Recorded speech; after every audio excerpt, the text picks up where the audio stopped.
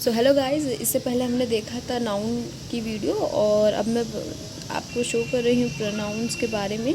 तो basically pronoun बहुत important role play करते हैं आपके कॉम्पिटिटिव एग्ज़ाम के पर्सपेक्टिव से। तो हम देख लेते हैं यहाँ पे टाइप्स ऑफ प्रोनाउन और क्या क्या इंपॉर्टेंट बातें रहती है प्रोनाउन के बारे में। So let's start pronoun. तो यहाँ पे आपने देखा कि Mohan is my friend, he is a teacher, Rajni is a student, she is intelligent, this is a table, it is new, there are 50 boys in my class, they are laborious. तो basically इन noun के places पे आप देख सकते हो, noun के places पे हमने यहाँ पे कुछ पिंक कलर में जो यूज़ किए हैं सब्जेक्ट, वो बेसिकली प्रोनाउन है ये, यानी नाउन के प्लेस में यूज़ होने वाले वर्ड्स ही आपके प्रोनाउन होते हैं। अब हम देखते हैं डेफिनेशन। प्रोनाउन उस शब्द को कहते हैं जो किसी नाउन के बदले में प्रयोग होता है, यानी a pronoun is a word which is used in place of a noun.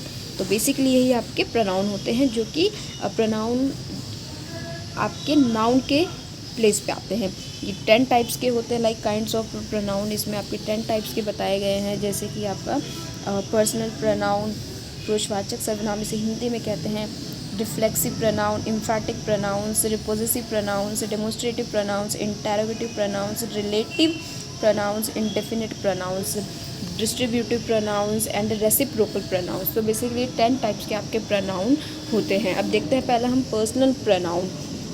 वह प्रोनाउन जो किसी व्यक्ति या वस्तु के लिए प्रयोग किया जाता पर्सनल प्रोनाउन कहलाता है। यानी किसी पर्सन को आप कुछ कह रहे हो या कोई थिंग है उसके बारे में आप कुछ कह रहे हो, तो उन चीज़ों के लिए आप पर्सनल प्रोनाउन का यूज़ करते हैं। Pronouns are which used in a place of name of a person और things are called personal pronoun. ये 7 टाइप के होते हैं आपके पर्सनल प्रोनाउन, और पर्सनल प्रोनाउन 7 टाइप्स के होते हैं। आप देख सकते हो यहाँ पे एक टेबल भी बनी हुई है। अब क्या होता है कि nominative case, positive case, objective, किसी 3 केस में आप समटाइम्स आप अपने सेंटेंस को यूज़ करते हैं, है ना।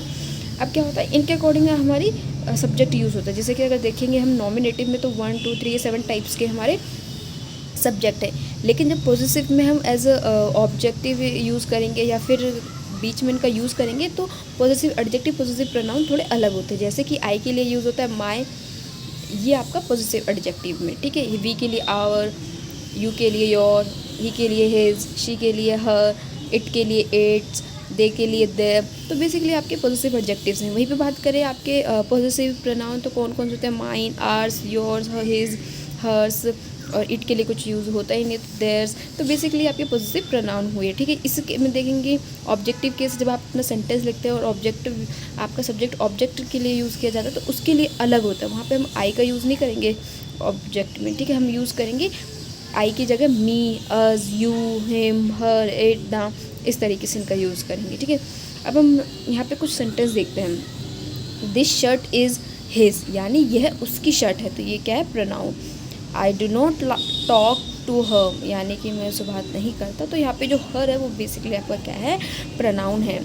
लेकिन अगर इन प्रोनाउन के बाद आपका कोई भी नाउन आ जाए, लाइक ये my pen, bags, his book, chair, तो ये बेसिकली क्या है, ये आपके पॉजिटिव एडजेक्टिव होंगे, ठीक है गाइस। तो आई होप आपको पॉजिटिव एडजेक्टिव और पॉजिटिव प्रोनाउन में फ़र्क पता चल गया होगा। चलो अब हम देखते हैं नेक्स्ट अपना रिफ्लेक्सिव प्रोनाउन। रिफ्लेक्सिव प्रोनाउन क्या होता है, reflexive pronoun basically personal pronoun के अंत में सिंगुलर में सेल्फ, और जो प्लूरल प्रोनाउन होते हैं उसके अंत में सेल्फ से लगाकर जो प्रोनाउन हम बनाते हैं वही आपके क्या होते हैं, रिफ्लेक्सिव प्रोनाउंस कहते हैं।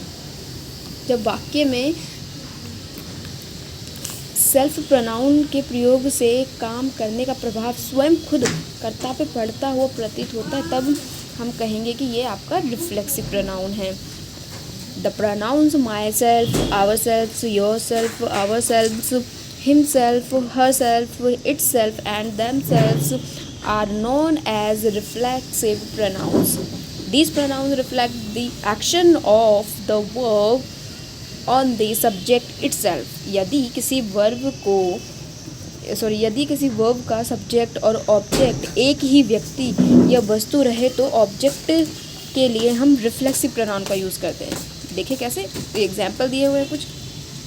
He spoiled himself, you hurt yourself, we ruined ourselves, they fought among themselves। तो बेसिकली ये सब क्या है, ये सारे आपके टाइप्स ऑफ रिफ्लेक्सिव प्रोनाउन है। नेक्स्ट है आता है आपका एम्फैटिक प्रोनाउन में क्या है? एम्फैटिक प्रोनाउन में देखते हैं हम एम्फैटिक प्रोनाउन।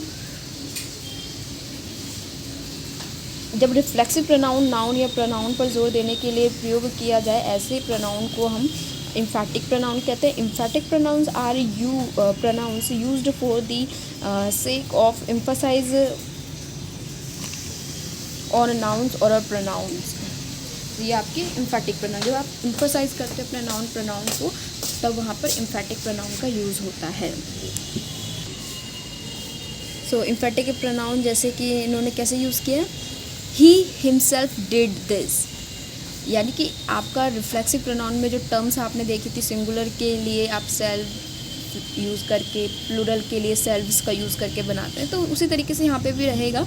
लेकिन क्या होता है, यहाँ पे सब्जेक्ट के जस्ट साथ में आता है, ठीक है, वो आपका एम्फैटिक प्रोनाउन होगा। क्यों? क्योंकि हमारे सेंटेंस में एम्फसाइज कर रहे हैं हम उसी पर्सन को। लाइक जैसे he himself did this, they themselves took the decision, she herself admitted it, you can yourself talk to him। तो बेसिकली आपके रिफ्लेक्सिव प्रोनाउन हो गए। तो एम्फैटिक प्रोनाउन और रिफ्लेक्सिव प्रोनाउन में आई होप आपको कोई कन्फ्यूज़न नहीं है, ठीक है। रिफ्लेक्सिव प्रोनाउन आपका एज ऑब्जेक्टिव यूज़ किया जाता है, जबकि एम्फैटिक प्रोनाउन में सब्जेक्ट के जस्ट साथ में ही यूज़ होते हैं। नेक्स्ट आता है पॉजेसिव प्रोनाउन। पॉजेसिव प्रोनाउन इससे पहले हमने देखा था पॉजेसिव प्रोनाउन, जिसमें हमने देखे थे कुछ words, mine, ours, hers, yours, his, theirs, इस तरीके से ना।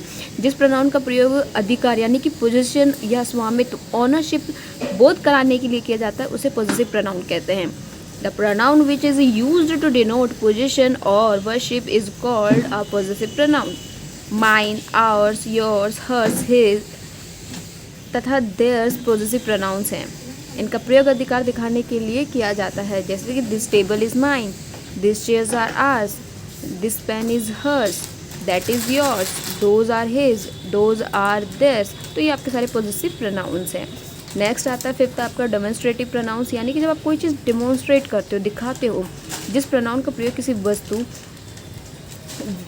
व्यक्ति या किसी व्यक्ति वस्तु को सूचित, इंगित, निर्देशित करने के लिए किया जाता है, उसे डेमोन्स्ट्रेटिव प्रोनाउन कहते हैं। Demonstrative pronouns point out the persons और things for which they stand. For an example, this, that, these तथा दोज मुख्य डेमोन्स्ट्रेटिव प्रोनाउंस हैं। This is a bag, these are apples, that is a boy, those are bananas. तो जो this और जो that है, ये दोनों ही सिंगुलर में यूज़ होता है, लेकिन दिस कोई चीज़ पास है उसके लिए यूज़ होता है, यानी कि यह के लिए। दैट कोई चीज़ आपकी सिंगल है लेकिन वो दूर है आपसे, तो ये वह के लिए यूज़ होता है, दैट। ऐसे ही दीज, ये के लिए यूज़ होती है, जो बहुत सारी चीज़ें होती है, प्लूरल के लिए यूज़ होता है, लेकिन वो चीज़ पास में होती है।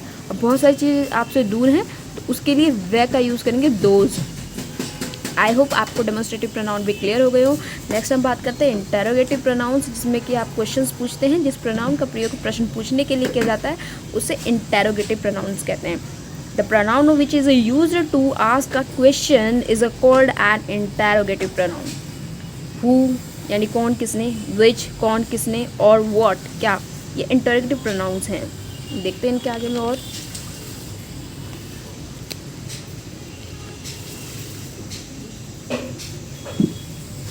हु का प्रयोग मनुष्य के लिए, व्यक्ति के लिए किया जाता है, जैसे कि who has written this letter.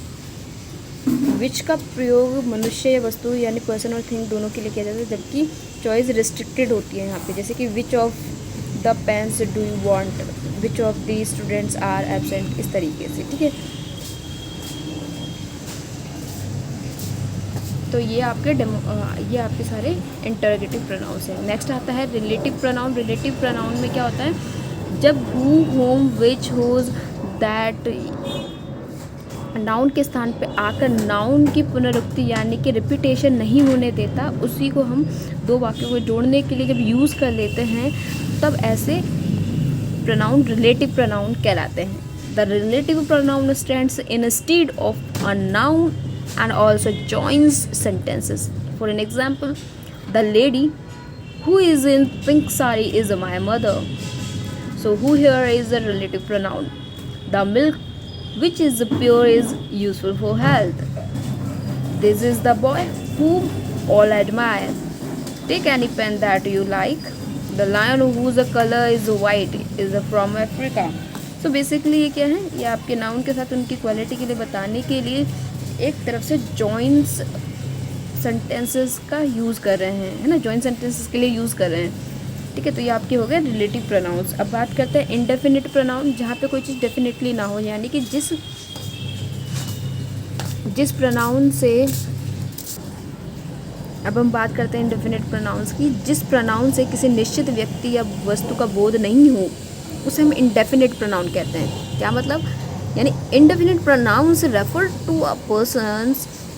refers to persons or things in a vague or a general way. They do not refer them in particular, where we use indefinite pronouns. For an example, one should keep one's promises. None is permitted to leave the place. Anybody can do this. Some are inactive, all are gentle. Many of these students secure good marks. Any of you can attend the function.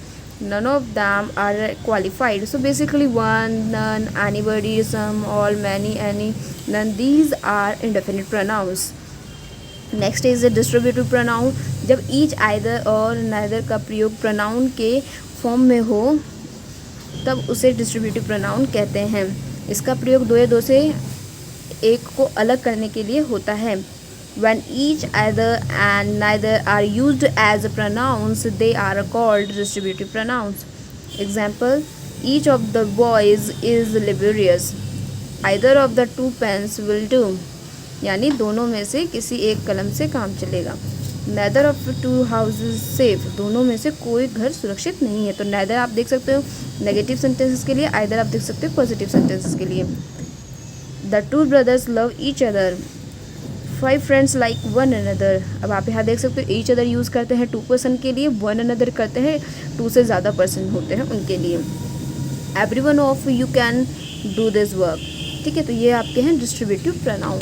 अब हम बात करते हैं हमारे last reciprocal pronoun के बारे में। Reciprocal pronounce क्या होते हैं, ईच अदर और वन अनदर को हम रेसिप्रोकल प्रोनाउंस कहते हैं।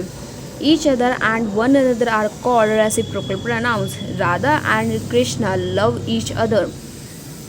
The 4 brothers love one another. तो ये हैं आपके रेसिप्रोकल प्रोनाउंस के बारे में। सो गाइज आज के लिए इतना ही, ये हो गए आपके पूरे प्रोनाउन के बारे में। ये हमने यहाँ तक देखा और आई होप आपको अच्छे से समझ में आया हो। अगर कोई भी प्रॉब्लम रहती तो आप मुझे कमेंट करके बता सकते हो। तो ये हो गया हमारे प्रोनाउन के बारे में आज फिनिश। आज हमने कर लिया 3rd चैप्टर। अब हम मिलते हैं अगले नेक्स्ट चैप्टर में। अगर आपको कुछ भी डाउट हो तो प्लीज़ आप मुझे बता सकते हैं। Thank you, take care yourself.